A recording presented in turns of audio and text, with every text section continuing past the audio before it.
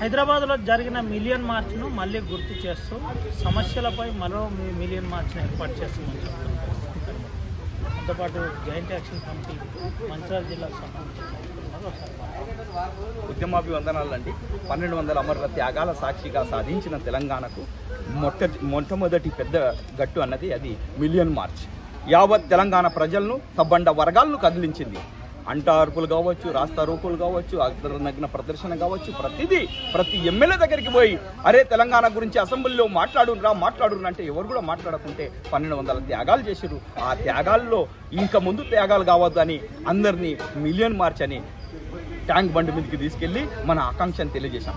ఇప్పటికి కూడా 1200 త్యాగాల తర్వాత కూడా తెలంగాణకు ఒరిగింది ఏమీ లేదు కనుక ఇప్పటికీ కూడా కాంట్రాక్ట్ బేస్ ఉద్యోగాలు అట్లనే కొనసాగుతున్నాయి. ఇలా అంగన్వాడీ కావచ్చు, ఆశా వర్కర్ కావచ్చు, వాళ్ళకు పర్మనెంట్ అన్నది లేదు. అలాగే జీవన ఉద్యోగ భద్రత లేదు.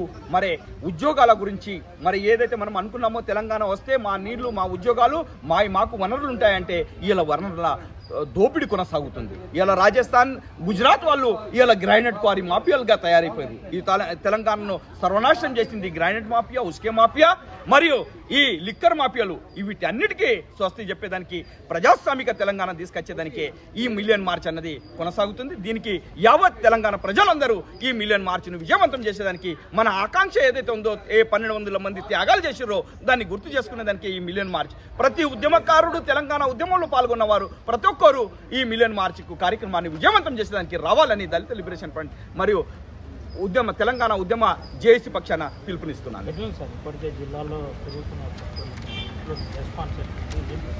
వాస్తవానికి ప్రజలలో ఏమైందంటే నిరాశలుగా మారిపోయారు. 10 సంవత్సరాల కేసీఆర్ యొక్క పాలనలో నిరంకుశిత పాలన, ఏ ఉక్కుపాదంతో అయితే ఉద్యమకారులను అక్రమ కేసులు పెట్టి ఒత్తేసారో అదే కాకుండా ఈ మొన్ననే చూసినట్టయితే భోపాల్పల్లిలో కేసీఆర్ ఏదైతే దుర్మార్గపు ఏదైతే బ్రిడ్జ్ను తయారు చేసిండో ఆ దాన్ని బయటికి తీసినందుకు హరీష్ రావు వీళ్ళ మీద కేసులు పెట్టినందుకు అతన్ని రోడ్డు మీదనే నరికి పారేసారు. అది కేసీఆర్ పాలన నరికి పారేసారా అంటే కాంగ్రెస్ పాలన నరికి పారేసారు. అంటే అతడొచ్చినా ఇతడొచ్చినా ఎవడొచ్చినా కానీ మారేది ఏం లేదు కనుక ప్రజా పోరాటమే. కాళోజీ చెప్పినట్టుగా ప్రాంత ఏతుడిని ప్రాంతం బయటి దాకా తరిమి కొట్టాం. ఇప్పుడు ప్రాంతంలో ఉన్న ద్రోహులను అందరినీ బొందబెట్టడానికి ప్రజలు చైతన్యం కావాలి. ఓటు మన హక్కు కదా, ఆ ఓటు హక్కుతో అన్న వీళ్ళని బొందబెట్టాలన్నదే మేము. కాంగ్రెస్ ప్రభుత్వంలో ఏమన్నా మీరు ప్రశ్నించే ప్రయత్నం జరిగిందా? ఇట్లా జరుగుతుంది, అన్యాయం జరుగుతుంది, ప్రభుత్వ పథకాల నుంచి లాస్ట్కు గతంలో ఇచ్చిన హామీ ఏమన్నా మీలాంటి సంఘాలు ఏమన్నా ప్రశ్నించడం? 100% కాంగ్రెస్ ప్రభుత్వాన్ని కూడా ప్రశ్నిస్తున్నప్పటికీ కూడా ఏ మాదిరిగానైతే కేసీఆర్ హామీని తీసుకొచ్చి చూపించి బురదల్లి మాయా మంత్రాలు చేసినట్టుగానే ఈ కాంగ్రెస్ ప్రభుత్వం కూడా ఇవాళ ఉచిత బస్సు ఎవరికి కావాలి? ఉచిత బస్సు బదులు ఇంకేమన్నా ప్రయోజనకాత్మకమైన పనులు చేసినట్టయితే, విద్యను, వైద్యాన్ని ప్రజలకందరికీ అందేటట్టుగా ఉచితం చేసినట్టయితే అది ఆరోగ్యపరమైన తెలంగాణ ఉండేది. నిరుద్యోగులకు ఉద్యోగాలు లేవు, ఆ ఉద్యోగాలలో పర్మనెంట్ తనం అన్నది తీసుకొచ్చినట్టయితే ఆ నిరుద్యోగితనం అవుతుంది కనుక. ఇంకొకటి 6వ హామీ కూడా ఇచ్చారు, ఎన్కౌంటర్ లేని తెలంగాణ అన్నారు, ప్రజాస్వామిక తెలంగాణ అన్నారు. ఇవాళ ఇచ్చల విడిగా ఫ్రెండ్లీ పోలీస్ ఎవరికి రా అంటే లంగలకు దొంగలకు అన్నట్టుగా ఇవాళ ఉస్కే మాఫియా, గ్రానైట్ మాఫియా ఏదైతే వనరులు నాశనం చేయాలనో ఆ వనరులు అయితేనే ఉన్నాయి. మరి ఎక్కడికి వచ్చిన తెలంగాణ, ఎవరికి వచ్చిన తెలంగాణ?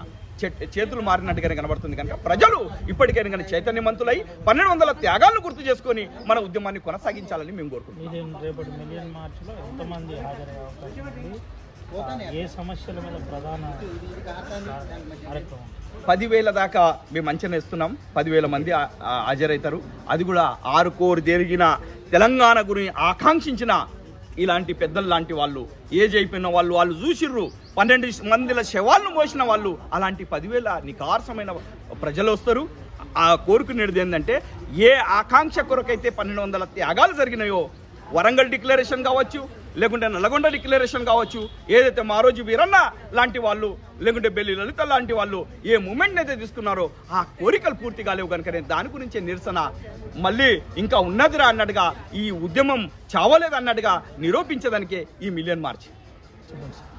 ఈరోజు తెలంగాణ వచ్చిన తర్వాత ఈ 11 సంవత్సరాల కాలంలో ప్రజల పరిస్థితిలో ఏమాత్రం కూడా మార్పు రానటువంటి స్థితి వల్ల ఇవాళ ప్రజలేమనుకుంటున్నారంటే ఉచితాలు వద్దు, ఉద్యోగాలు కావాలి అని అంటున్నారు. ఉచితాలు వద్దు, ఉద్యోగాలు కావాలంటున్నారు. ఇది ఇప్పటికీ మీరు ఉచితాలు ఇచ్చుకుంటా పరాధీనంగా బ్రతకడం అనేది ఇక్కడి తెలంగాణ వాళ్ళు వాళ్ళ ఆత్మగౌరవాన్ని దెబ్బతీసినటువంటి చర్యనే. కాబట్టి మాకు ఉద్యోగాలు ఇవ్వండి, మాకు ఉపాధి ఇవ్వండి, మాకు కాంట్రాక్ట్ సిస్టమ్ తొలగించండి, ఇక్కడున్న రైతులకి మరి రైతులకు కావచ్చు, వివిధ రంగాల కార్మికులకు కావచ్చు, వాళ్ళకి రావాల్సినటువంటి హక్కులు మీరు కల్పించండి అని చెప్పి ఇవాళ డిమాండ్ చేస్తున్నాను.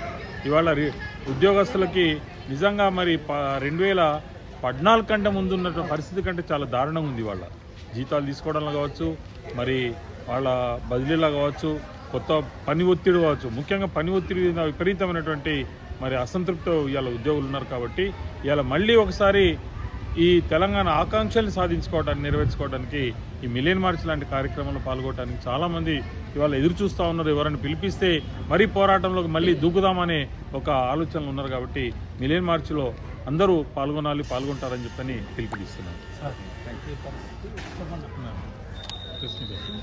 ఇప్పుడు ఫస్ట్ తెలంగాణ ఉన్నప్పుడు కూడా గట్టినే ఉండే, ఇప్పుడు కాంగ్రెస్ వచ్చినప్పుడు కూడా గట్టినే ఉన్నది. అప్పుడు ఉచితం అని అందరినీ మోసం చేసింది, ఇప్పుడు ఉచితం అని అందరినీ మోసం చేస్తాను. అంతేగాని దీంట్లో వచ్చింది అయితే మిలియన్ మార్చ్ పోతుందా? మిలియన్ మార్చ్ అందరికీ ఇది పరిస్థితి. మిలియన్ మార్చ్ మరోసారి సమస్యలను ఎత్తి చూపుతుంది. దీంతో పాటు సమస్యల పరిష్కారం కోసం మరో పోరాటానికి అందరం సిద్ధమవుతామని చెబుతున్న పరిస్థితి. సుమంత రవినాయక్ RTV.